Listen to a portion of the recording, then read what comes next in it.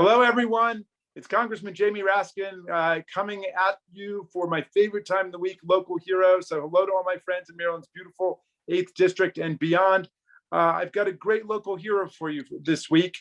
He's a sergeant on the Montgomery County Police Department. His name is Kevin Ream, and he's been here since he was 8 years old, and he lives up now in Frederick, but he's on the Montgomery County Police Department. He's my constituent.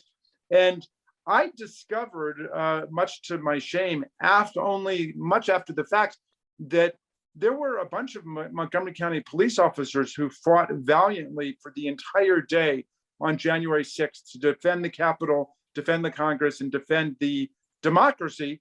And everybody knows the Capitol Police were out there and were heroic, and the Metropolitan Police from DC. But there was a unit of 56 or 57 officers from Montgomery County, a special events unit, who were deployed on January 5 and January 6th and were down in the thick of the fighting. And one of those officers was Kevin Ream, and he's been in charge of coordinating and staffing and training and working on this unit. And I wanted to recognize him as a local hero. They have received some recognition from the Montgomery County Council and Montgomery County Police, and also the Metropolitan Police Department, but certainly not enough recognition and appreciation from our community. And I want everybody to know that there were not just Montgomery County residents like Officer Dunn who are on the Capitol Police force, but also our own police force in Montgomery County went down to defend the Congress on that fateful day, January 6th of 2021. So with all of that, I want to say to Sergeant Ream, thank you for your great service. Thank you for your heroic efforts on that day. And you are our local hero this week. Thank you, sir.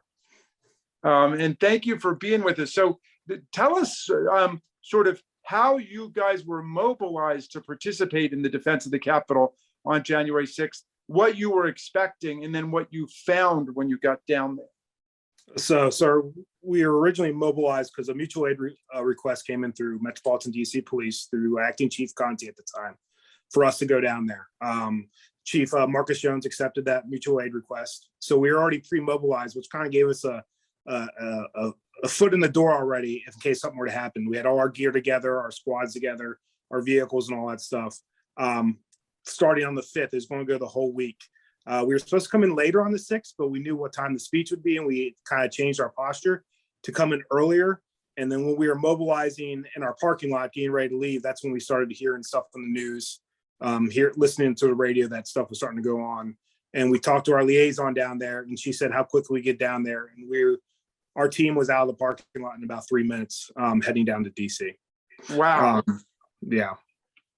Now, you've been on the police department since 2003, I think, on the 1st, the 3rd, and the 6th districts, yep, as well as this special unit. So what were you expecting, to find when you got down there, and what did you find when you got there? So, I mean, heading down, obviously we were driving, concentrating, just hearing the yelling on the radio, because we can listen to a lot of DC channels and stuff like that on our channels. We weren't watching the news because we were focused on getting down there. But when we got there, it was a lot of people. Where our vehicles were, we were trying to find ways to get in, to park, to get out on foot, to move there. And then we parked on the north side of the Capitol and then walked around to the west side. And that's when we looked down and saw the tens upon tens of thousands of people. And that was the center of the violence, the West Capitol steps. Yes, that was the center. From what we remember that day. Obviously, we didn't have aerial view or anything like that, but what we could see, that was where the main issues were down there. And then we immediately, the team that was there from Montgomery County was amazing. They immediately went in, because we were fully suited up in gear, protective equipment, immediately went up, stepped in front of the DC police officers that only had helmets and batons, without even telling them to do it. The team went in there and they just stepped in front of them and started taking over the line and started dealing with violent people in front of them, getting bike racks thrown at us, chairs. We still have an officer that's out injured because he got hit in the head with a chair, severe concussion. And they immediately went up there without being told what to do and acted with violence. What gear did you have that the MPD did not have? So the MPD, some of the guys that have the full protective gear, we have different kinds, like a chest protector, leg protectors, thigh protectors, groin, stuff like that. Did you have a riot helmet on or no? A riot helmet, and a lot of DC people we saw, because remember, they're pulling in everybody. So I mean, they have a lot of civil unrest trained officers. I think all of their officers are trained, and then they just didn't get them all down there. They're mobilizing them just like we were mobilizing. We just happened to be that team, one of the teams, which they had teams down there too, that had the full equipment on at the time. So we were kind of stepping in front of officers that maybe only had the helmet on, like you've seen in the videos in the initial phase, where they only had the helmet and a baton and maybe, a canister of pepper spray or something like that. What was your emotion going into it? I mean, did you feel confident, or were you afraid of the numbers of people you were facing? I felt confident with the officers I was with, because those officers, a lot of them, I stood next to on the line in Baltimore in 2015, and we've been in stressful events. I know they would revert back to their training, to act like they're supposed to stay with each other, to not get mixed up, to not go into the crowd. Because at that point, you're not working as an individual officer, you're working as a team. When we did see the crowd, yes, it was very intimidating. I will say it's probably one of the most unnerving, scariest times I've ever had in my 19-year career as a police officer, because at the time it was maybe a couple hundred officers against tens of thousands of people. That a lot of people were highly motivated, and some people were just there, if that makes sense. Yeah, it does. Well, and that's what we've found, that there was sort of a realm of real insurrectionists who came trained. They were engaged in paramilitary training to fight, and they brought weapons, and they were throwing flagpoles and steel pipes and crazy stuff. But then there were other people who were there for a demonstration who got kind of caught up in it. Exactly.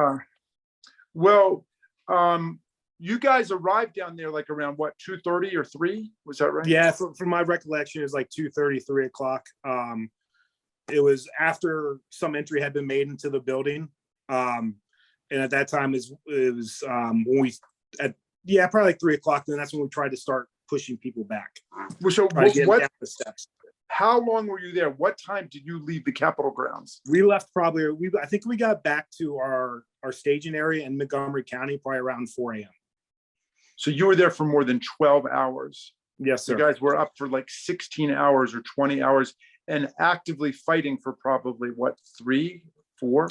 3 to 5. Yeah. When we finally cleared people, it was kind of a blur in the middle of it, because there was so much going on, and it was so exhausting, and the adrenaline was pumping.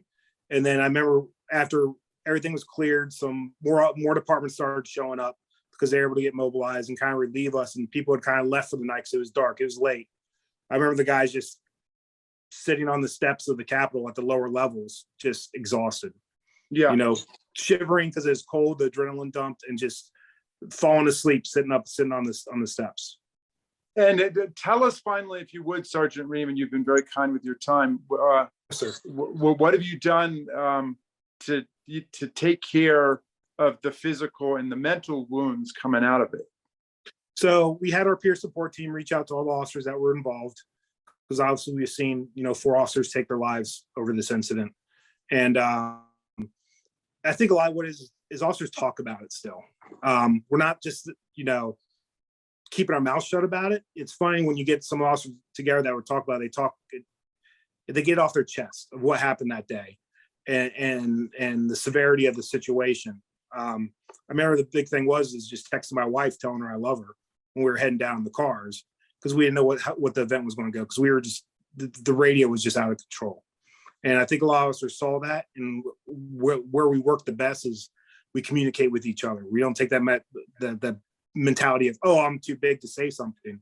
There's a lot of officers talk about it and get it off their chest. And then being recognized like stuff like this, my team being recognized with having, I know I'm only one person, but recognizing my team, I think it means a lot to the officers that were involved that day. And we are recognizing the whole team for your heroic service on that day, not just for Montgomery County, not just for DC, not just for the Congress and the Capitol, but for the democracy. And, not to be too grandiose about it, for democracy itself. You guys were on the front lines of defending us. So we thank you today. We thank you every day. We will keep thanking you. We will tell more of those stories. We will never let your service be forgotten, ever. And so thank you for what you did. And thanks to the whole special operations unit for what you did there and in other episodes in the past. I know you've been the go-to people when there's a crisis. And so thank you. You are our local hero, and everybody who works with you this week of January 6th, we keep you close in our minds and close in our hearts. Thank you very much, sir. I greatly appreciate it.